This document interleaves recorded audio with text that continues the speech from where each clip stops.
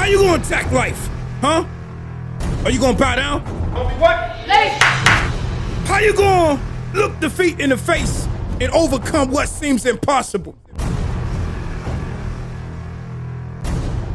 Cause in life, when you good at what you do, they increase resistance. It's a mental mindset. You gotta be strong. You gotta be focused. You gotta have tunnel vision. You gotta be an animal. You gotta be hungry like a dog with his ears up. First string sports training, first string motivation. I am first string. So I ended up working in the sheriff's department as a deputy inside the jail, dealing with inmates, dealing with people that break the law, dealing with people that their mindsets are not where they need to be. And sometimes in life it seems that way when you look at defeat the face. When things are frustrating at times, it's like we got nowhere to go. Some of these people, they go to jail just to have somewhere to go. So I'm learning about the jail, I'm learning about the system. And I'm there for 5 years. And I realized that this wasn't my Super Bowl. It wasn't my Super Bowl. At that point, I got promoted to corporal. So I'm walking around, I'm the youngest corporal in the whole state of Virginia, 29 years old. I'm running to jail. 2 years later, I left the sheriff's department and I started first grade sports training. But before I left the sheriff's department, there was a deputy there that was been there for like 40 years. He was in the jail. And he came to me, he shook my hand. He said, String, I've been watching you, man. And I don't know how you did it, but I've been here 40 plus years and I ain't made corporate. You made it in 5. How did you do it? I really couldn't answer the question because I'm just trying to do things right. But from the message from my guidance counselor to me not being able to go to Michigan State, for me having to go to Harvard Military Academy, learn structure, learn how to be disciplined, learn how to look defeat in the face and overcome what might seem impossible when things ain't going right in school, when things might not be going right in your relationships, when things might not be going right in your friendships, when things might not be going right in your life. I built a mindset and a character within myself to do what I needed to do to get promoted. Now, going back just a little bit, you gotta hear this message. It was a young man in the jail. He was locked up, and he had already been off to the penitentiary, but he came back home for some trial stuff. It was very important. Inside the jail, it's like some of the cells are like this big. They're like really, they're like big cells, and it's like me as a corporal, and I got maybe 3 or 4 deputies with me. We go in, everybody stand still, everybody hold tight, and everybody got to stand where they are at attention. If you move, you get written up, or whatever. We take them down, put them in the cell, whatever. I never had problems. So I told everybody to stand still. And it was this one inmate. He came walking up to me.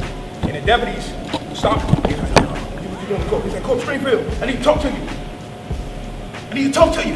I said, what's up, man? What's going on? He said, I seen they did a story on Channel 13 on you training them athletes, man. He was like, guess what? I was one of them guys, man. I was good with the ball. And I'm looking at him in front of me, and it's like inmates that turned around and was like agreeing, like, he was the man. He was like, guess what? He said, I was at a club one night, partying. 17 years old, had no business in this club, had no business in the club. He said, the guy walked up to me, who I knew was trying to talk to my girlfriend. He said, I knew the guy was trying to talk to my girlfriend. He ain't like me, so he bumped me, boom. He said, I lost my cool. I went to my trunk of my car, I pulled my gun out and I shot him, just like that. He said, I got in the car and I took off. I was on the run for 3 days. He said, then I turned myself in. And I'm looking at him, and I'm like, wow. Then he looked at me, and this guy had tears in his eyes, old man, cock, diesel, strong. He probably could take me down easy. He's big 6'3", strong. Like, look. He said it took me 1 second to pull that trigger. And that was taking me 20 years of life to get out of that 1 second mistake. And he said, Coach String, these kids in this jail don't need you in this jail. They need you before they had an opportunity to get in this jail. And that's why I'm here today for y'all. Not saying y'all on that path. But what I want you to do is I want you to refocus and get in the right mindset. Because it only takes a second to do something stupid. As a young lady, it only takes a second to do something stupid. Take 1 second. Take 1 second to do something stupid. And then it's taking 20 years. This man was 17 years old. He pulled the trigger. Pow! Now he messed his whole life up. He messed his life up. Now he's trying to get back on track for a 1 second mistake over a girl. You know what I asked him? I said, look, where's the girl at? He said, oh man, she got like 3 kids by this other dude. I said, what? I said, okay, let me get this straight. And I looked at him. He crying. He crying. Tears in his eyes. I said, okay, you shot the dude and he's dead.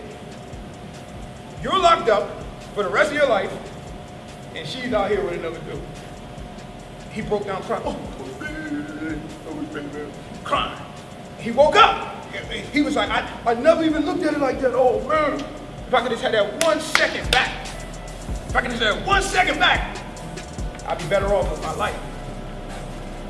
And that's why I plead. I don't know what's going on, but I know God sent me here for a reason. I know Mr. Hahn had me come here for a reason. It's my first time ever in Cox High School, other than maybe on a track or something. First time in the school. But somebody in this group needs to hear this message.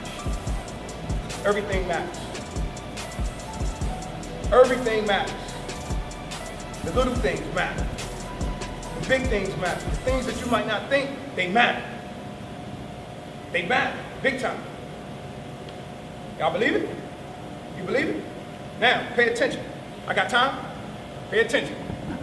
I'm gonna go back a little bit because this is very important. I want everybody to think like this. Put your hand over your ear, because I want this one to go in one ear and stay in there. I want it to go in the other ear and then come out the other ear. You can take your hand down.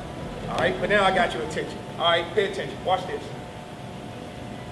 When I was 16 years old, you already know I played football, I played basketball. And pay attention now, pay attention. I want you to pay attention. Everything else I said is great, but this is the best message right here. Pay attention. I was 16 years old, I'm playing football, and one of my best friends named Andrew Willie Jackson. This guy was a guy who, he had Nike, the Jordans before they came out. His mother was standing in line for him to get the Jordans overnight. He had every polo shirt, had the waves, the shape up, he was clean cut. You go over his house, his mother said, y'all go in the fridge, you can eat whatever you want. You can go in the fridge, pop the fridge, sodas, chips. You go over some friend's house, mother like, don't touch the refrigerator. Over his house, it was like, oh, you can eat whatever you want to eat. He had it all. But as soon as his mother told him no, guess what he did? In front of us. He would cuss at his mother. He would fuss at his mother. He would be very disrespectful. Pay attention, pay attention, pay attention. Now, he got sent away to Atlanta, Georgia to live with his father because he was being disobedient. Now, my parents moved us from Northeast Washington, D.C. to Kettering, Maryland, Marlboro, Maryland, in that area. Because maybe one of the reasons why, because I was a good football player, was better football programs out there. We moved to Maryland. I'm out there with Edward. He got sent to Atlanta. He came back from Atlanta one summer. And back then, we didn't have cell phones. We had pagers. He had a pager. I ain't had one. He had a pager. Anybody know what a pager is? You know, it's a pager. It's like, doo-doo-doo-doo. But you can't just pick it up and go, hey, hello. You got to go to a daggone, you got to go to a phone. You got to go to a daggone payphone. Like, hey, you got the quarters. Who was that? Who was that? He's like, it's Jocelyn, man. She paging me. I'm like, what? Like, yeah, Jocelyn, man. Jocelyn was probably one of the prettiest girls in the school. I'm like, Tony, what she paying you for? How she know you was back in town? And we had just got our license, so he driving, I'm riding shotgun. We listening to the radio. Radio blasting. We gotta get up, get some. We chilling. Right? So we stopped, got some Kentucky Fried Chicken, went to the payphone, put the quarter in. Jocelyn was like, yo, we down Georgetown tonight. Y'all need to come through. I got all my girls with me. So Charlie was like, bet.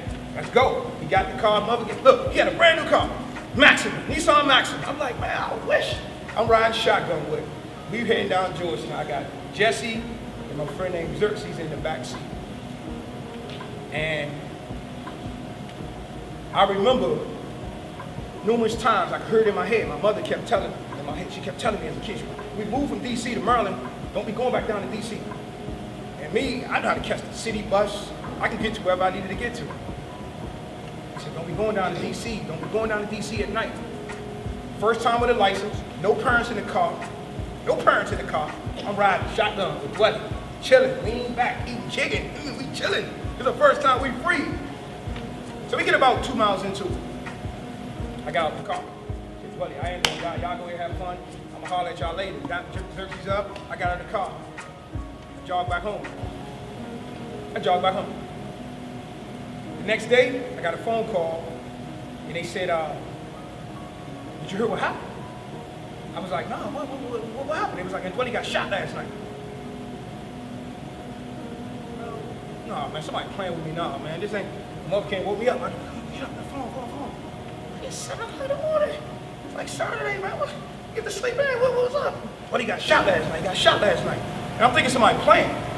Because I was the leader of my group. I was the leader. I wasn't no fraud. I was the leader. I got in the car, so I figured, I said, well, I don't know what happened.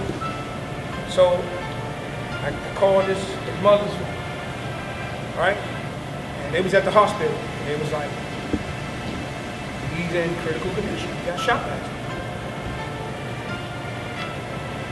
And I'm like, wow, this can't be true. So immediately, I went into attack mode. I was like, look, we're gonna go get him. I don't care who did it, we're gonna find who did it. We're gonna find who did it. Somebody shot my boy, we're gonna go find him, right? Come to find out, they never ran into the girls that they were supposed to meet down in Georgetown. They were so packed. They ran into some other girls up in a Burger King. And these girls was college girls. We 16 years old, they 18, 19 years old, inviting them back to the dorm room. They gone. Most guys gone.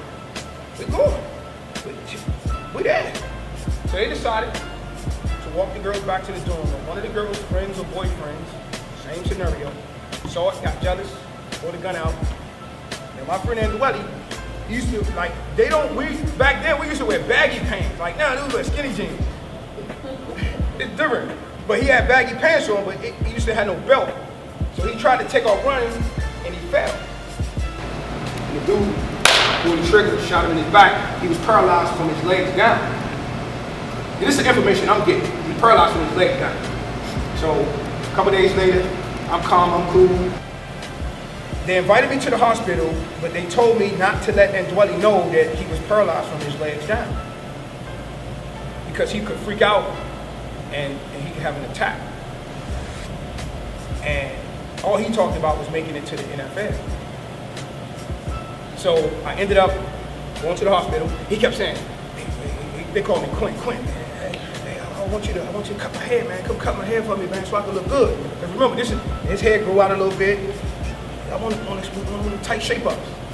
So I was like, all right, I'll be back to cut your hair. But while he talking, I'm grabbing his feet and I'm not understanding. Like, you don't feel that? He was like, no, I don't feel nothing, man. I'm good though. I feel good. I'm grabbing his feet, playing with him, punching him. Like, what's up, man? What happened? Trying to figure out, I'm paralyzed from his leg. Now I ain't get it. I'm 16, I ain't get it. I'm like, you can move your leg. We just was running. We just worked out. Come on, man, get up. Couldn't get up. Laying in the bed. Asked me, can you help pick me up, pick him up. You know, he was talking normal and everything. 2 days later, I come back to cut his hair. I got a phone call, and they told me that he died. I went crazy. I lost my cool, I lost everything. We had a scrimmage, football game, throwing dirt balls. Started quarterback. Left off the field mad, just didn't know how to deal with death. All right? There's a bigger message in it for me. If I didn't hear my mother's voice in my head, that could have been me. Somebody in your life is giving y'all a message right now to not do something, to do something that you're supposed to be doing that's right. Your parents, your teachers, your counselors, your guide. I gave you numerous examples of myself, from my guidance counselor, to my teachers, to my parents. You think your mother, your father, your counselor, your teacher is going to intentionally tell you something wrong? You fool.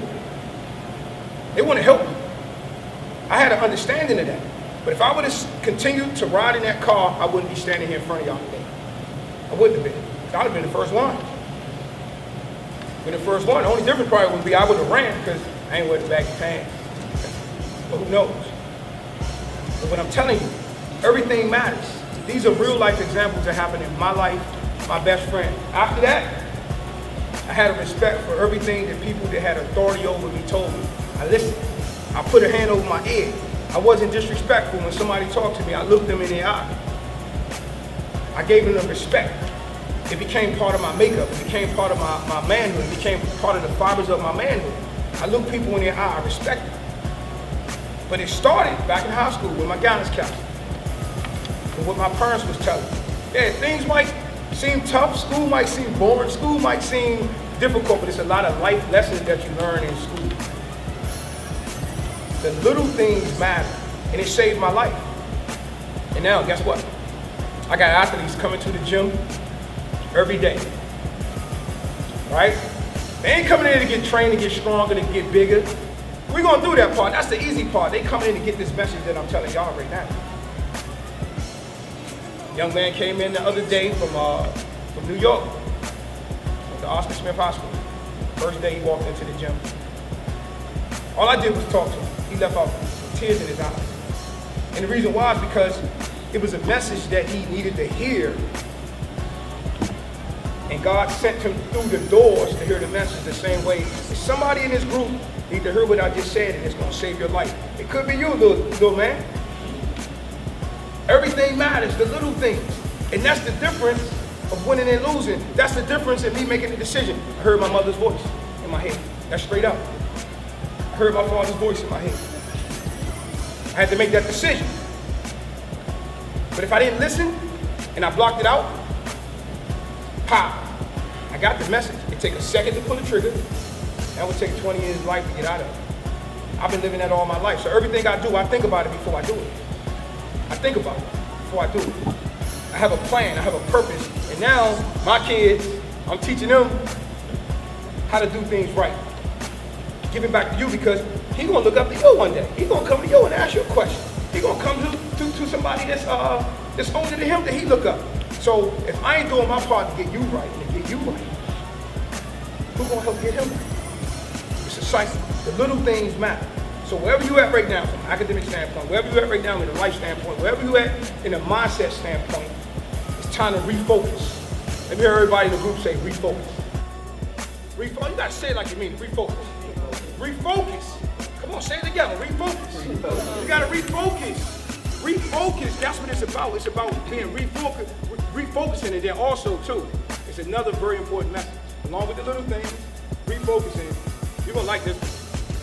Don't be lazy. Huh?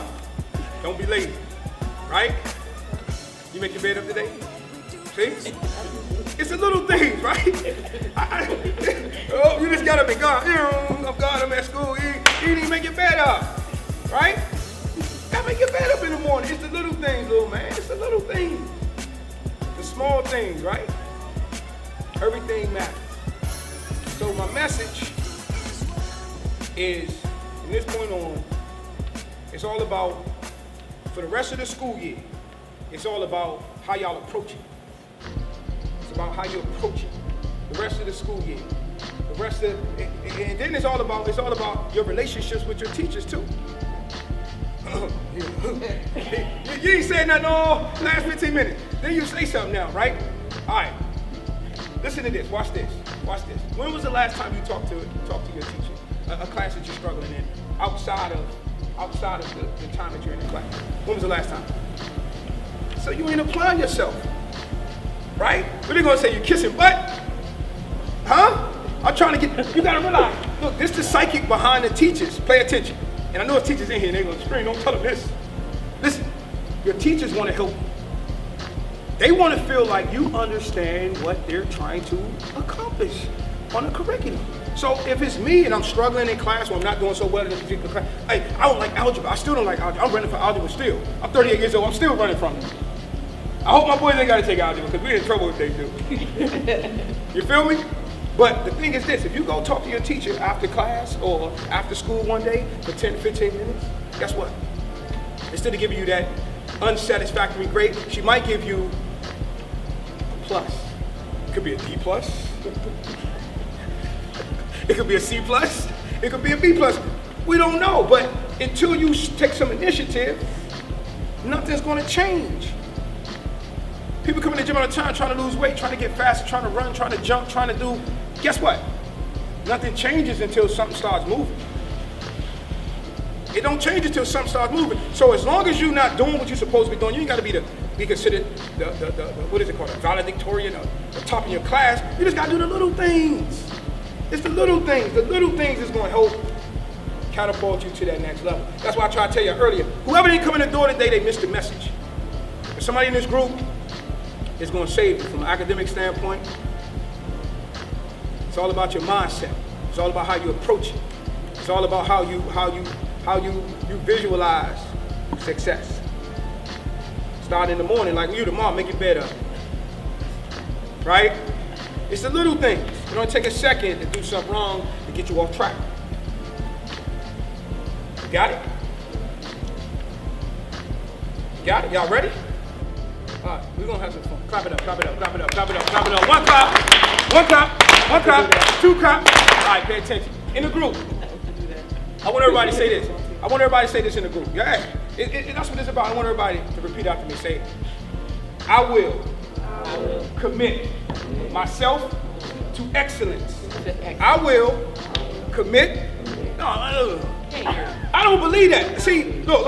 I don't believe that. I will commit myself. It's like you gotta believe it. You gotta speak it into your life. Speak it into your life. And I tell you, it's funny because we had a little staff meeting a week ago. No, it was a little bit longer than a week ago. And I said, look, man, we need to do some more public speaking. We need to do some more public speaking.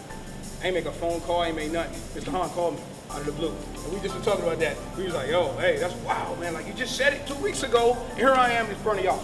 I don't care if it's one person, I don't care if it's two, but you're gonna get my best. I'm gonna commit myself to excellence. So I want you to say it loud. I want you to believe it. I want you to believe it. Say it. I will commit myself to excellence. And I will anticipate success. Got it? That's what it's about. You smiling. See? So it got in there. That's what it's about. I appreciate y'all having me today. I hope this message helped y'all. If you need me, Mr. Hahn knows how to get a hold of me. Football coach knows how to get a hold of me. I'm here. And it's not just about sports, it's about life. I appreciate y'all for having me. God bless y'all.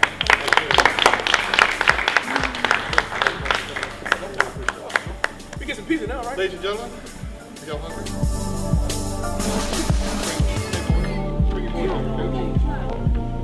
Yeah.